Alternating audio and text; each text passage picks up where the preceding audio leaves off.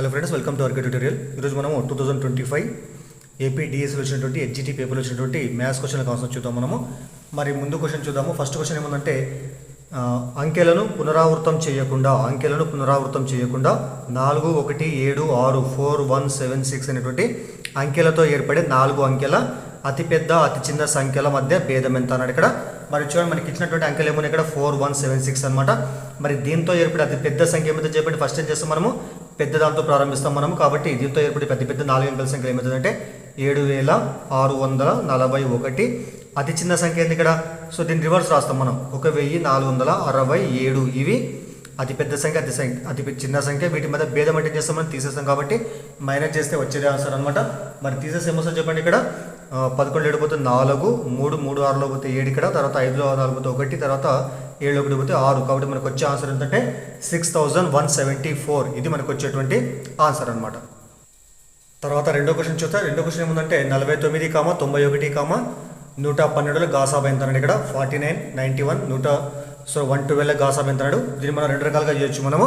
So గాసాబా కోసం మనకు మామూలుగా కారణాంక పద్ధతి, లేకపోతే ఇంకోటి భాగాహార పద్ధతి ఉంటుందన్నమాట. ఫస్ట్ కారణాంక పద్ధతి ప్రకారం చేద్దాం మనము. 49కి వచ్చేటువంటి కారణాంకాలు ఏమొస్తే 49కు ఇది ప్రధాన కారణాంక లబ్ధంగా రాస్తే 7 × 7గా రాసుకోవచ్చు మనం. మరి 91కి వచ్చే కారణాంకాలు ఏమొస్తే చెప్పండి, 7 × 13గా రాసుకోవచ్చు. 13 91 అనమాట. అదేవిధంగా 112 ఇక్కడ 112కి వచ్చే కారణాంకాలు ఏమిటంటే 7 × 2 × 2 × 2 అనమాట. మరి ఈ విధంగా కారణాంకాలు రాసినట్లు మనము అన్నింటిలో వచ్చేటువంటి ఉమ్మడి కారణాంకం ఇక్కడ ఏమని చెప్పండి, ఇక్కడ 7 7 7 అన్నింటిలో వచ్చే ఉమ్మడి కారణాంకం 7 ఉంది. కాబట్టి సో ఇదే మనకు గాసాబా అవుతుంది. దేని గాసాబా అంటే 49, 91, 112 గాసాబా 7కు సమానం అవుతుంది అనమాట. సో ఈ విధంగా కారణాంక పద్ధతిలో చేయొచ్చు మనము. లేదంటే ఇంకో పద్ధతి ఏం చెప్పండి, భాగాహార పద్ధతి ప్రకారం చేయొచ్చు మనము. మనకి ఇచ్చినటువంటి 3 విలువలు ఏవైనా 2 విలువలు తీసుకుంటాం ఫస్ట్ మనము. 2 విలువలు తీసుకుంటాం ఫస్ట్ మనము. పెద్ద 2 తీసుకున్నాం మనము. సో 91 చేత 112 ఫస్ట్ గాసాబా కనుక్కుందాం మనం. 91 ఇక్కడ మనకు వచ్చేటువంటి శేషం ఎంత ఇక్కడ. సో 1 2 21 వస్తుంది. మళ్ళీ 91ని మళ్ళీ భాగిస్తాం మనము. సో ఈ విధంగా భాగిస్తాం కదా. తర్వాత 21తో భాగిస్తే ఏమొస్తుంది చెప్పండి, 21 4 జా ఎంత వస్తుంది, అప్పుడు 84 వస్తుంది. అప్పుడు మనకు వచ్చేటువంటి శేషం ఏంటంటే 7 వస్తుంది ఇక్కడ. మళ్ళీ ఏం చేస్తాం మనము, ఈ 7 చేత ఈ 21ని భాగిస్తాము. అంటే మనకు శేషం 0 వచ్చే వరకు భాగిస్తాం అనమాట. 7 3 ఎంత 21. కాబట్టి శేషం 0 వచ్చింది ఇక్కడ.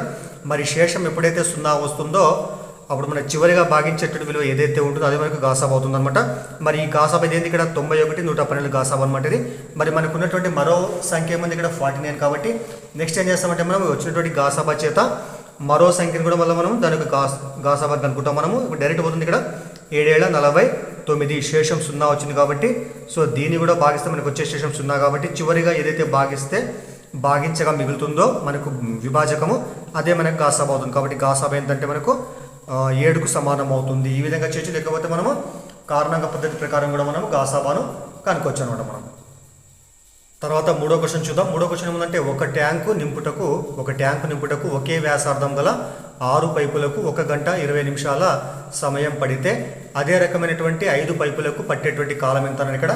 అయితే ఇటువంటి లెక్కలు మామూలుగా మనకు సో విలోమానుపాతంలో వస్తాయి అనమాట. పైపు అదేవిధంగా ట్యాంక్ అంటే వాటిలో నింపేటువంటి నీటి పరిమాణం అంటే మనం ఖచ్చితంగా వీటిని మనం విలోమానుపాతం లెక్కలుగా తీసుకోవచ్చు మనం. అయితే ఇక్కడ చూడండి, ఇక్కడ ఫస్ట్ మనకి పైపుల సంఖ్య ఎంత. ఇక్కడ మనకు ఒకే రకమైనటువంటి విలువలు మనము ఒక విధంగా, ఇంకో రకమైనటువంటి విలువలు ఇంకో రకంగా తీసుకుంటాం మనము. ఇక్కడ మనటువంటి పైపులు, ఇక్కడ పైపులు 6, తర్వాత 5 పైపులు. కాబట్టి ఈ రెండు కూడా ఒకే విధమైనటువంటి వస్తువులు. కాబట్టి వాటిని మనము సో x1 తర్వాత x2గా తీసుకున్నాం మనం. మొదటి సందర్భంలో x1 ఎంత ఉంది ఇక్కడ 6 పైపులు అంటే. రెండో సందర్భంలో మనకి పైపుల సంఖ్య 5 కాబట్టి 5 అనమాట. అంటే ఈ రెండు కూడా సజాతి వస్తువులు ఇవన్నీ కూడా. నెక్స్ట్ ఏమని చెప్తారు, తర్వాత కాలం. కాబట్టి ఇక్కడ మరి కాలాన్ని మనము, ఇక్కడ కాలము ఎంత మనకి ఇచ్చినారు ఇక్కడ మొదటి సందర్భంలో. మరి రెండో సందర్భంలో కాలం కనుక్కోవాలి మనం. కాబట్టి మొదటి సందర్భంలో కాలాన్ని మనము సో y1 అనుకున్నాం. y1 అయితే ఇక్కడ 1 గంట 20 నిమిషాలు అనమాట. అయితే ఇక్కడ ఏముంది మనకి 1 గంట 20 నిమిషాలు అంటే ఇక్కడ మనకు రెండు కూడా ప్రమాణాలు వేరే వేరే ఉన్నాయి, గంటల నిమిషాలు. దీన్ని మనము ఒకే విధమైన ప్రమాణాలు మార్చుకుందాం మనం. 1 గంట అంటే యాక్చువల్గా ఎంత 60 నిమిషాలు ప్లస్ 20 నిమిషాలు. 60 ప్లస్ 20 ఎంత 80 నిమిషాలు అంటే అర్థమైంది. ఇక్కడ 1 గంట 20 నిమిషాలు అన్న ఒకటి, లేకపోతే 80 నిమిషాలు అన్న కూడా ఎంతగా సమానం అవుతుంది. అయితే మనకేం కావాలి మనకు, సో రెండో సందర్భంలో x2 అంటే 5 పైపులు అయినప్పుడు మనకు కొట్టేటువంటి కాలం ఎంత అనేది, పట్టే కాలం ఎంత కాబట్టి మనం y2 అనుకున్నాం. y2 = ఎంత అని ఇక్కడ. అయితే గుర్తుపెట్టుకోండి, విలోమానుపాతంలో ఉన్నప్పుడు మనకు ఉన్నటువంటి సూత్రం ఏంటంటే x1 × y1 = x2 × y2కు సమానం అవుతుంది అనమాట. గుర్తుపెట్టుకోవాలా. రెండు సందర్భాల్లో ఉన్నటువంటి విలువలు విలోమానుపాతంలో ఉంటే వాటి మధ్య సూత్రం ఏంటంటే x1 y1 = x2 y2గా తీసుకుంటాం మనము. మరి ఇక్కడ x1 అంటే మీకు ఎంత ఉంది, ఇక్కడ 6 ఉంది కాబట్టి 6 ఇక్కడ, అదే మరి y1 మీకు ఎంత ఉంది ఇక్కడ, సో 80 అనమాట. ఈక్వల్ టు x2 అంటే ఇక్కడ 5 అనమాట, ఇంటూ y2 అంటే ఇప్పుడు కనుక్కున్నాము మనము. ఇంకా సింపుల్గా ఏమంటే చెప్పాలంటే విలోమానుపాతంలో ఉన్నటువంటి సందర్భంలో ఆ రెండు విలువల లబ్ధము ఆ రెండో సందర్భంలో ఉన్నటువంటి రెండు విలువల లబ్ధానికి సమానం అవుతుంది. అదే రాసిన ఇక్కడ x1 y2 x2 y2 అనమాట.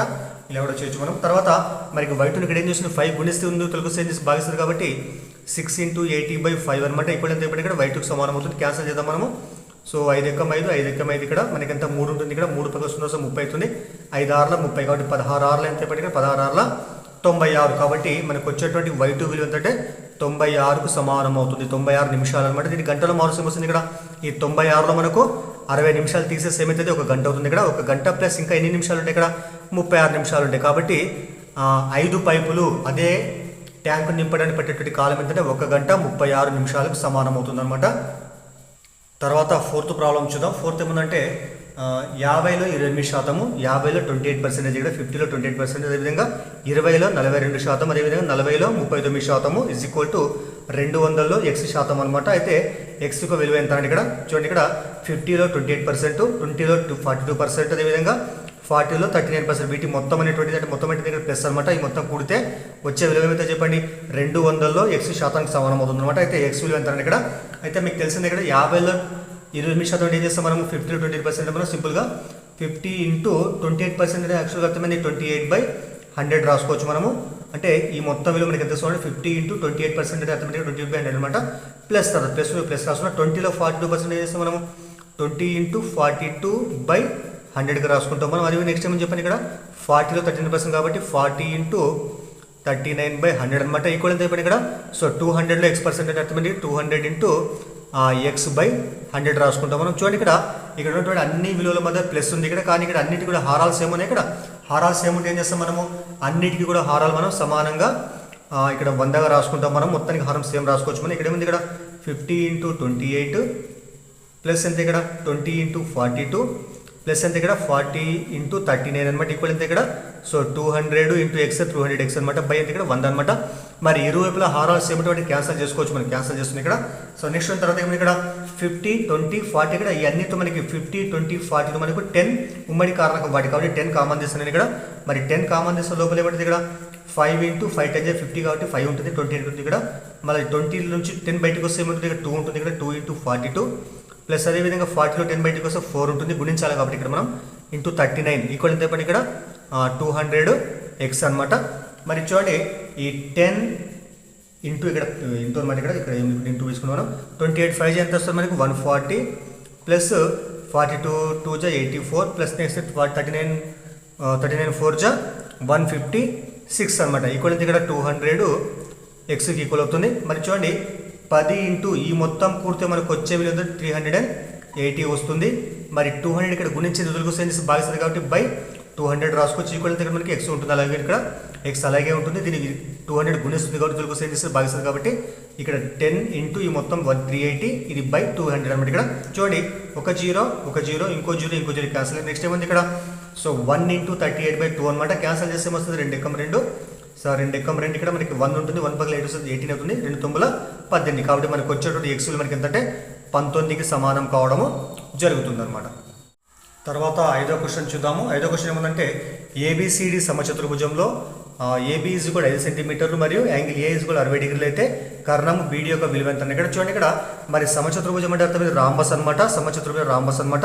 మరి మీకు తెలుసు రాంబస్ అనేది ఈ విధంగా ఉంటుంది. మరి రాంబస్లో భుజాలు ఏమంటే చెప్పండి, రాంబస్లో అన్ని భుజాలు కూడా సమానం ఉంటాయి కాబట్టి అన్ని భుజాలు సమానం అనమాట. ఇక్కడ దీని పేరు మనం ABCD అనుకుంటే, సో AB మనకి ఇచ్చినాడు. AB ఎంత చెప్పండి ఇక్కడ 5 కాబట్టి 5 సెంటీమీటరు 5 సెంటీమీటరు 5 సెంటీమీటర్ 5 సెంటీమీటర్ అన్నీ కూడా 5 5 5 ఉంటాయి ఇక్కడ. కాబట్టి అన్ని విధాలు సమానమని మళ్ళీ ఇచ్చింది ఇక్కడ మనకు యాంగిల్ A 60 డిగ్రీలు అంటే ఏ వద్ద కూడా మనకి ఇక్కడ 60 డిగ్రీల కోణం అనమాట. గుర్తుపెట్టుకోండి ఇక్కడ.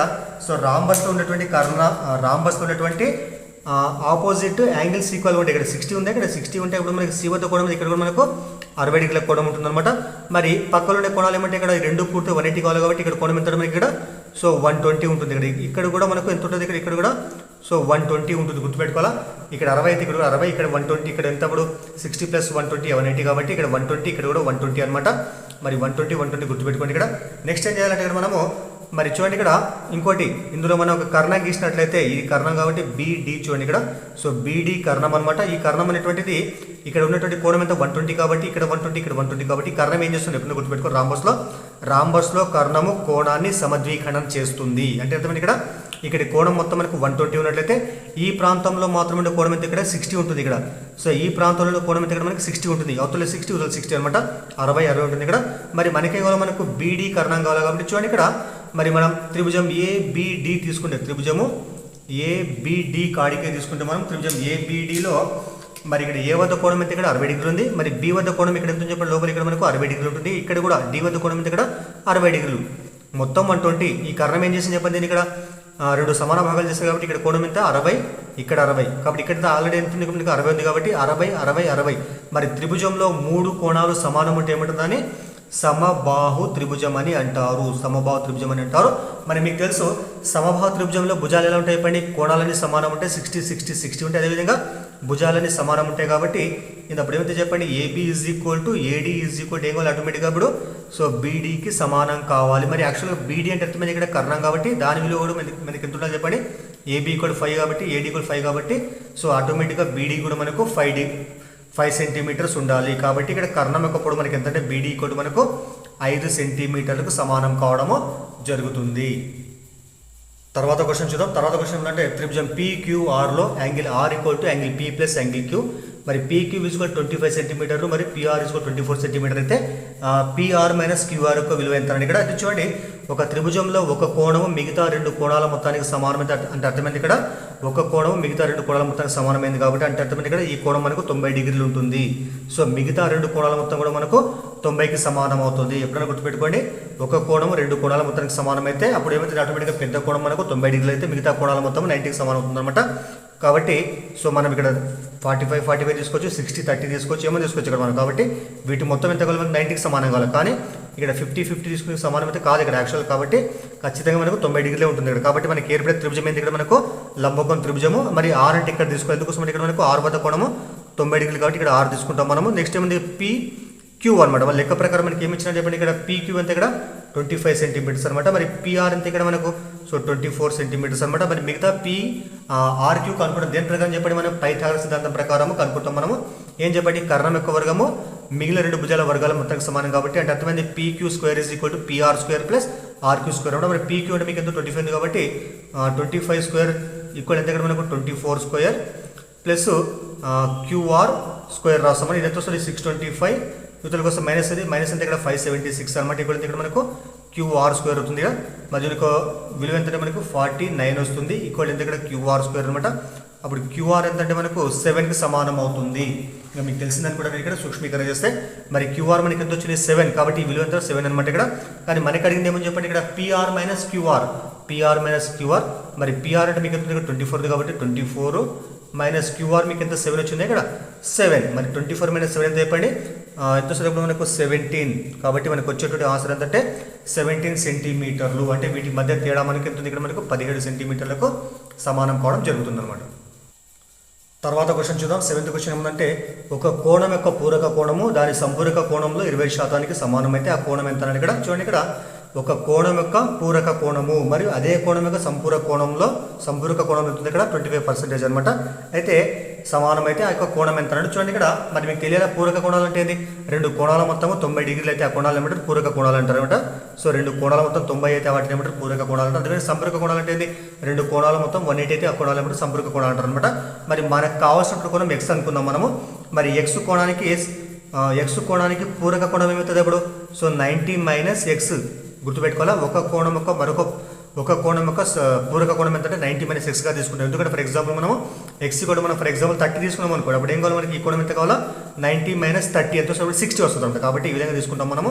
సో X అనేటువంటి కోణం మనం తీసుకుంటే దాని యొక్క పూరక కోణం ఎంత అంటే 90 మైనస్ X అనమాట. అదేవిధంగా మళ్ళీ ఏం చెప్పండి ఇక్కడ ఇదే కోణం యొక్క సంపూరక కోణం ఎంత సంపూరక కోణం అంటే 180 కాబట్టి 180 మైనస్ X గా తీసుకుంటాం అంటే అర్థమైంది ఇక్కడ ఈ కోణాల యొక్క పూరక కోణము సంపూరక కోణాలు ఇవి. మళ్ళీ ఏమిచ్చింది ఇక్కడ ఈ కోణం యొక్క పూరక కోణము ఇదే కోణం యొక్క సంపూరక కోణం అవుతుంది ఇక్కడ 25% అనమాట. కాబట్టి ఏం చేస్తాం మనము సో 90 మైనస్ X ఎంత ఉందంటే అది ఈ కోణం అంటే సంపూరక కోణం యొక్క కోణంలో ఎంత ఉంది చెప్పండి అది 25% అనమాట. ఇట్లా రాస్తాం మనము. ఇది కండిషన్ అనమాట గుర్తుపెట్టుకోవాలా.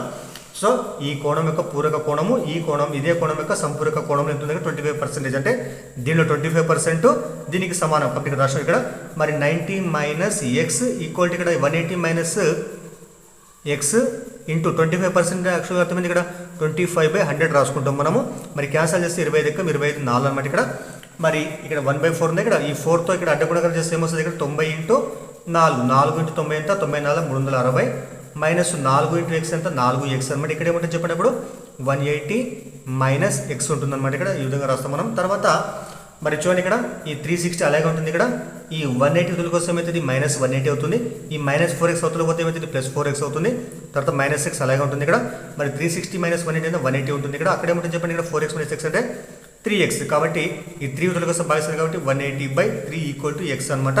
మరి కొట్టేసి ఏమొస్తుంది 3 ఎక్క 3 3 6 18 0 కాబట్టి ఎక్స్ ఎంత మనకు 60 డిగ్రీలు. కాబట్టి మనకు కావాల్సినటువంటి కోణం ఎంతంటే 60 డిగ్రీల కోణానికి సమానం అవుతుంది అనమాట. తర్వాత 8th క్వశ్చన్ చూద్దాం. 8th క్వశ్చన్ ఏమంటే ఒక బహుభుజి అంతర కోణాల మొత్తం 1260 డిగ్రీలు అయితే ఆ బహుభుజి యొక్క పేరు ఏమన్నాడు ఇక్కడ చూడండి. మరి బహుభుజి అంటే అర్థమైంది 4 లేదా అంతకంటే ఎక్కువ భుజాలు ఉండేటువంటి భుజ యొక్క పటాన్ని ఏమంటారంటే బహుభుజి అంటారు అనమాట. చూడండి మరి అంతర కోణాల మొత్తం గుర్తుపెట్టుకోవాలి. బహుభుజి యొక్క అంతర కోణాల మొత్తం సూత్రం ఏంటంటే n-2 ఇంటూ 180 అనమాట. ఇది గుర్తుపెట్టుకోవాలా. ఏదైనా కానీ బహుభుజిలో ఉండేటువంటి అంతర కోణాల మొత్తం మనకు n-2 ఇంటూ 180 సమానం అవుతుంది అనమాట. మరి ఈ మొత్తం అంతర కోణాల మొత్తం ఎంత ఇక్కడ మనకు 1260కి సమానం అనమాట. ఇది మరి n అంటే ఇక్కడ ఆ బహుభుజి యొక్క భుజాల సంఖ్య అనమాట. మరి n-2 ఇక్కడ 180 గుణిస్తుంది ఉత్తరపోతే ఏం చేస్తుంది భాగిస్తుంది కాబట్టి సో n-2 ఇక్కడ ఏం రాసినప్పుడు మనం 1260 ఉత్తరకు వస్తే బై రాస్తాం కాబట్టి బై 180 అనమాట. ఇక్కడ చూడండి ఇక్కడ సో 0 క్యాన్సల్. ఇక్కడ నెక్స్ట్ ఏమైంది 126/18 ఇక్కడ మళ్ళీ క్యాన్సల్ చేస్తే 18 ఎక్కం 18 18 ఏళ్ళ 126. అప్పుడు మనకి ఏముంటుంది ఇక్కడ n-2 ఈక్వల్ టు 7 అనమాట. అప్పుడు ఎన్ని ఏమొస్తుంది చెప్పండి 7 2 తర్వాత ప్లస్ 2 అవుతుంది. ఇక్కడ మరి n-2 అంటే ఇక్కడ n+2 అవుతుంది. ఇక్కడ n+2 దగ్గర 9కి సమానం అవుతుంది కాబట్టి సో 9 అంటే అర్థమైంది ఆ యొక్క బహుభుజికి ఉండేటువంటి మొత్తం భుజాల సంఖ్య 9 అనమాట. ఆ యొక్క బహుభుజిని అప్పుడు ఏమంటారంటే నవభుజి అంటారు. 9 భుజాలు ఉన్నటువంటి బహుభుజిని ఏమంటారంటే నవభుజి అంటారు. కాబట్టి మనకి ఆన్సర్ ఏమంటే నవభుజి. తర్వాత నెక్స్ట్ క్వశ్చన్ చూద్దాము. 9th క్వశ్చన్ ఏమంటే 81 into x⁴ minus 5x plus 6x² 27x into x - 3 అనమాట. ఇది సూక్ష్మీకరిస్తే వచ్చే విలువ ఎంత అంటే ఇక్కడ చూడండి ఇక్కడ మరి 27 1 27 3 క్యాన్సల్. ఇక్కడ 3 ఉంటుంది. ఇక్కడ పైన ఇక్కడ మనకి ఇక్కడ చూడండి ఇక్కడ ఈ 3 పదాలు x² కామన్ తీస్తే మనము అప్పుడు లోపల ఏమంటే చెప్పండి ఇక్కడ x² ఉంటుంది.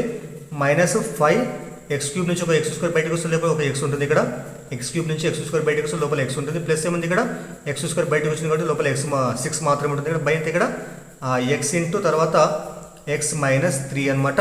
ఇక్కడ వచ్చినటువంటి మనకి ఏంది ఇది వర్గ బహుపది. వీటి కారణకాలు కడతాం మనము. మరి x² మైనస్ 5x ప్లస్ 6 అనమాట. వీటి కారణకాలు ఏమొస్తాయి ఇక్కడ ఇక్కడ గుణకం 1 ఉంటుంది. ఏమి ఇక్కడ 1 ఒక 6 అనమాట. 6కి వచ్చే కారణకాలు కలిపితే రావాలి మనకు మైనస్ 5x రావాలన్నమాట. మరి x² 6కి వచ్చే కారణకాలు తీసుకుని మనము 3 రెంట్ల 6 కాబట్టి minus 3x minus 2x plus 6గా రాసుకుంటాం మనం. దాని తర్వాత ఇందులో x కామన్ చేస్తే లోపల ఏముంటుంది x - 3 ఉంటుంది. ఇక్కడ మళ్ళీ ఇక్కడ -2 కామన్ చేస్తే లోపల ఏముంటుంది ఇక్కడ x - 3 ఉంటుంది. ఇక్కడ మళ్ళీ x - 3 కామన్ చేస్తే లోపల ఏముంటుంది ఇక్కడ x - 2 ఉంటుంది అనమాట. కాబట్టి ఈ మొత్తాన్ని ఏం రాసుకోవచ్చు మనం x - 3 ఇంటూ x - 2గా రాసుకోవచ్చు. ఇక్కడ రాసుకోండి ఇక్కడ 3x² ఈ మొత్తాన్ని ఏం రాసుకోవచ్చు మనము x - 3 ఇంటూ x - 2గా రాసుకోవచ్చు. బై ఎంత చెప్పండి ఇక్కడ x ఇంటూ x - 3 అనమాట. మరి చూడండి ఇక్కడ ఈ x - 3 x రెండు కూడా క్యాన్సల్. ఇక్కడ x - 3 x - 3 క్యాన్సల్. నెక్స్ట్ ఏముంది ఇక్కడ ఒక x ఇక్కడ x² అంటే ఒక x క్యాన్సల్ అయిపోతే మనకు వచ్చేటువంటి విలువ ఏంటంటే ఇప్పుడు 3 తర్వాత 3 ఇంటూ ఒక x ఉంటుంది. ఇక్కడ 3x ఇంటూ ఎంత x - 2 కాబట్టి ఇది మనకు ఆన్సర్ కావడం జరుగుతుంది అనమాట. తర్వాత 10వ క్వశ్చన్ చూద్దాం. 10వ క్వశ్చన్ ఏమంటే 12⁴ ఇంటూ 9⁴ ఇంటూ 4/6⁴ ఇంటూ 8⁴ ఇంటూ 27 యొక్క విలువ ఎంత ఇక్కడ మరి చాలా ఈజీ క్వశ్చన్. 12⁴ అంటే అర్థమైంది యాక్చువల్గా సో 12 ఇంటూ 12 ఇంటూ 12 ఇంటూ 12 తీసుకుంటాం మనం. అదే 9³ అంటే అర్థమైంది 9 ఇంటూ 9 ఇంటూ సో 9 ఇంటూ 4/6³ అంటే 6 ఇంటూ 6 ఇంటూ 6 ఇంటూ 8² అంటే 8 ఇంటూ 8 ఇంటూ ఎంత చెప్పండి ఇక్కడ 27. మీకు వస్తే చాలా ఈజీ ఇది. కొట్టేద్దాం మనం 9 ఎక్కం 9 9 × 27 ఇక్కడ మళ్ళీ కొట్టేస్తే ఇక్కడ 3 ఎక్కం 3 3 ముళ్ళ సో 9. తర్వాత ఇక్కడ కొట్టేస్తే మనం 6 ఎక్కం 6 రెంట్ల 6 ఎక్కం 6 రెంట్ల 6 ఎక్కం 6 రెంట్ల. ఇక్కడ చూడండి 2 2 × 4 4 2 × 8 ఈ మొత్తం క్యాన్సిల్ అయిపోతాయి. నెక్స్ట్ ఏముంది ఇక్కడ తర్వాత ఇక్కడ 8 మాత్రమే. ఇక్కడ 4 ఉంది. ఇక్కడ 4 ఎక్కము 4 రెంట్ల. ఇక్కడ మళ్ళీ కొట్టేస్తే 2 ఎక్కం 2 6ల. కాబట్టి నెక్స్ట్ ఏముంది ఇక్కడ మనకి 9 ముళ్ళ 27, 27 ముళ్ళ, లేకుంటే 6 ముళ్ళ 18, 18 తొమ్మిది ఎంత 162. కాబట్టి మనకు ఆన్సర్ ఎంత అంటే 162కు సమానం కావడము జరుగుతుందన్నమాట. తర్వాత క్వశ్చన్ చూద్దాము. a = 3, b = 2 అయితే a² + b² minus ab² + a² b యొక్క విలువ ఎంత? ఇక్కడ చాలా ఈజీ క్వశ్చన్ చూడండి. మరి ఏ అంటే 3 కాబట్టి ఏ అంటే 3 కాబట్టి 3² అంటే ఏమొస్తుంది 9 వస్తుంది ఇక్కడ. మరి b² అంటే ఎంత 4 వస్తుంది ఇక్కడ. మైనస్ ab², ఏ అంటే 3 కాబట్టి b² అంటే ఎంత 2² 4, 4 అమ్ములు ఎంత 12 ప్లస్ a² b అంటే ఎంత a² అంటే 3² గా 9 9, b అంటే 2 9 2 ఎంత 18 కాబట్టి ఇది వస్తుంది అనమాట. తర్వాత 9 + 4 ఎంత 13, తర్వాత 18 - 12 ఎంత 6 వస్తుంది ఇక్కడ. మరి 13 + 6 ఎంత చెప్పండి 19. కాబట్టి ఆన్సర్ మనకి ఎంత అంటే 19కి సమానం అవుతుంది అనమాట 19. తర్వాత క్వశ్చన్ చూద్దాము. చాలా ఈజీ క్వశ్చన్ చూడండి. జెడ్ అక్షరము జెడ్ అమరిక రూపొందించడానికి అవసరమైనటువంటి అగ్గిపుల్లల సంఖ్యను తెలిపేటువంటి నియమం ఏంటంటే ఇక్కడ. మరి చూడండి జెడ్ అంటే మనకి ఆకారం ఉంది కాబట్టి సో ఇది ఏర్పాటు కూడా మనకి ఎన్ని పుల్లలు కావాలి చెప్పండి. అగ్గిపుల్లలు మొత్తం మనకు 3 కావాలి. కాబట్టి సో జెడ్ ఏర్పడడానికి మనకు అవసరం మొత్తము అగ్గిపుల్లల సంఖ్య 3 కాబట్టి ఇందులో మనము ఏ నియమము జెడ్ యొక్క విలువ 3 వచ్చే విధంగా ఉంటుందో చూడాలంటే మనము సో సింపుల్గా ఏం చేస్తాం మనం ఎన్ని ఇక్కడ ఒకటి రాస్తాం మనము. మరి ఎన్ని ఇక్కడ 1 ప్రతిక్షేపిస్తే ఏమవుతుంది 2 × n అంటే ఇక్కడ 2n అంటే అర్థం నెక్స్ట్ 2 × n అనమాట.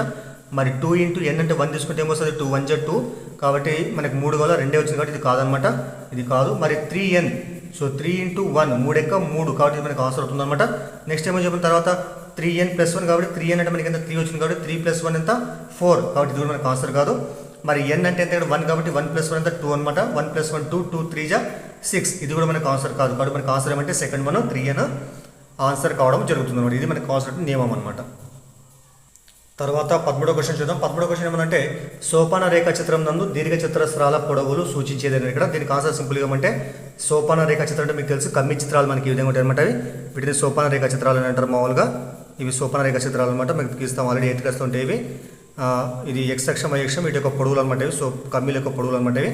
మరి ఈ పొడవులు దేన్ని సూచిస్తాయంటే అర్థం ఇక్కడ ఇవి తరగతి పౌనపుణ్యాన్ని సూచిస్తాయి. తరగతి పౌనపుణ్యాన్ని సూచిస్తాయి. గుర్తుపెట్టి తరగతి పౌనపుణ్యం అనేటువంటిది ఈ యొక్క కమ్మీల పొడవుకు అనులోమానుపాతంలో ఉంటుంది అంటే అర్థం ఇక్కడ తరగతి పౌనపుణ్యం ఎక్కువైతే ఏమవుతుంది పౌనపుణ్యాల పొడవు కూడా ఎక్కువ వస్తుంది, మరి ఎక్కువ వస్తుంది అనమాట. మరి పౌనపుణ్యం విలువ తక్కువైతే ఏమైతే దానికి కమ్మీ పొడవు తగ్గుతుంది. కాబట్టి సో కమ్మీల పొడవులు దేన్ని సూచిస్తాయంటే తరగతి యొక్క పౌనపుణ్యాన్ని సూచిస్తాయి. మిగతా ఆప్షన్లు ఏమనంటే వెడల్పు కానీ ఎగువ హద్దు కానీ దిగువ హద్దు అవి కావన్నమాట. మనకి ఆన్సర్ ఏమంటే తరగతి యొక్క పౌనపుణ్యం గుర్తుపెట్టుకోవాలి. మరి నెక్స్ట్ 14 ఏమని చెప్పండి ఇక్కడ. సో క్రింది వాటిలో సరైనది ఏదన్నా ఇక్కడ. మరి 1 కిలోమీటర్ ఈజ్ ఈక్వల్ టు అంటే ఇక్కడ 1,00,000 సెంటీమీటర్ ఇది కరెక్ట్ అవుతుంది మనకు ఆన్సర్. ఇదే మనకు కరెక్ట్ ఆన్సర్ అనమాట. మిగతా ఏమంది ఇక్కడ 1 టన్ను ఈక్వల్ టు 100 కేజీలు అంట. 100 కేజీలు కదా యాక్చువల్గా 1000 కేజీలు అనమాట. 1 టన్ను ఈజ్ ఈక్వల్ టు 1000 కేజీలు అవుతుంది. నెక్స్ట్ ఏమైంది ఇది రాంగ్ అనమాట. నెక్స్ట్ ఏమైంది ఇక్కడ 1 మిల్లీగ్రామ్ ఈక్వల్ టు 1/10,000 గ్రామ్స్. 10,000 కాదు ఓన్లీ 1000 మాత్రమే ఉంటే అది కరెక్ట్ అవుతుంది అనమాట. మనకి ఇక్కడ 4 జీరోస్ ఉన్నాయి 3 జీరోస్ ఉంటే కరెక్ట్. ఎందుకోసం అంటే 1 గ్రామ్ ఈక్వల్ టు 1000 మిల్లీగ్రామ్స్ అనమాట. నెక్స్ట్ ఏమైంది ఇక్కడ 4th వన్ ఏముందంటే సో 180 నిమిషాలు అంటే 180 నిమిషాలు 2.5 గంటలు అంట. కాబట్టి ఇది కూడా రాంగ్ మీకు తెలుసు ఆల్రెడీ. సో 180 మినిట్స్ అంటే అర్థమైంది 3 అవర్స్ అనమాట. కాబట్టి మనకి ఏమి ఇచ్చింది ఇక్కడ 2.5 అవర్స్ కాబట్టి రాంగ్ అనమాట. సో ఫస్ట్ మనకు రైట్ ఆన్సర్ అవుతుంది. 1 కిలోమీటర్ ఈక్వల్ టు 1,00,000 సెంటీమీటర్లు. మీకు తెలుసు already 1 kilometre equal to 1000 metre అనమాట. 1000 మీటర్లు ఏం చేస్తాం మనం సెంటీమీటర్లు మార్చాలంటే ఇంటూ 100 చేస్తే వచ్చేటువంటిదే ఈ యొక్క 1,00,000 సెంటీమీటర్లు అనమాట. తర్వాత నెక్స్ట్ క్వశ్చన్ చూద్దాము. ఒక దీర్ఘ చతురస్రం యొక్క పొడవు వెడల్పులు వరుసగా 6 సెంటీమీటర్లు మరియు 2.5 సెంటీమీటర్లు అయితే దాని యొక్క కర్ణాల మొత్తం ఎంతాడు చూడండి ఇక్కడ. మరి మీకు తెలుసు దీర్ఘ చతురస్రం యొక్క కర్ణం డి అనుకుంటే డి యొక్క కర్ణానికి ఫార్ములా ఏమంటే మనకు పొడవు వెడల్పు ఇచ్చినప్పుడు D equal to L² + B² అనమాట. L అంటే ఇక్కడ పొడవు దేనిది దీర్ఘ చతురస్రం యొక్క పొడవు, అదే B అంటే దాని యొక్క వెడల్పు అనమాట. డి అంటే కర్ణం అనమాట. So D equal to √L² + B² అనమాట. మరి D equal to so √L అంటే మనకి ఎంత ఇచ్చారు చెప్పండి ఇక్కడ 6 కాబట్టి 6² వస్తుంది 36 వస్తుంది ఇక్కడ డైరెక్ట్ వస్తుంది. ఇక్కడ L² అంటే ఎంత 6² 36 వస్తుంది. అదేవిధంగా సో బి అంటే 2.5 స్క్వేర్ అంటే ఏమొస్తుంది 6.25 అనమాట. ఈ రెండు కలిపితే ఏమొస్తుంది 36 + 6 అంటే 42.25 అనమాట. మరి డి అంటే మనకి ఏమొచ్చింది ఇక్కడ √42.25 అనమాట. మరి 42.25 యొక్క వర్గమూలం ఎంత అంటే ఇది డి ఈక్వల్ మనకు 6.5 వస్తుంది. ఎందుకోసం అంటే 42.25 యొక్క వర్గమూలం ఏమొస్తుంది మనకి కనుక్కుందాం మనము. మరి ఇక్కడ పాయింట్ ఉంది కాబట్టి మనం ఫస్ట్ 6 తీసుకున్నాం మనము. ఇక్కడ బార్ పెట్టుకుంటాం మనము. వీటి దగ్గరకు వచ్చేటప్పుడు వర్గమూలం ఎంత 6 36 కాబట్టి 6 36 మనకి ఎంత వస్తుంది ఇక్కడ 6 వస్తుంది పాయింట్. కాబట్టి ఇక్కడ పాయింట్ పెట్టుకుంటే నెక్స్ట్ ఏం చేస్తారు 2 5 2 దించుకుంటే ఇక్కడ మీకు తెలిసిందేది బార్ కింద మొత్తం ఏంటంటే అన్ని అంకెలు దించుకోవాలి. నెక్స్ట్ ఏం చేస్తాం ఈ 6కు ఈ 6 కలపాలా మనం. ఒకటి వస్తుంది ఇక్కడ కలిపితే 12 వస్తుంది. మరి పక్కల ఈ 12 పక్కల ఎంతైతే రాస్తున్నామో అక్కడ కూడా దాంతోనే గుణించాలి మనం. 12 పక్కల 5 రాస్తే దీన్ని కూడా మనం 5 ఇక్కడ రాసి గుణించాలా.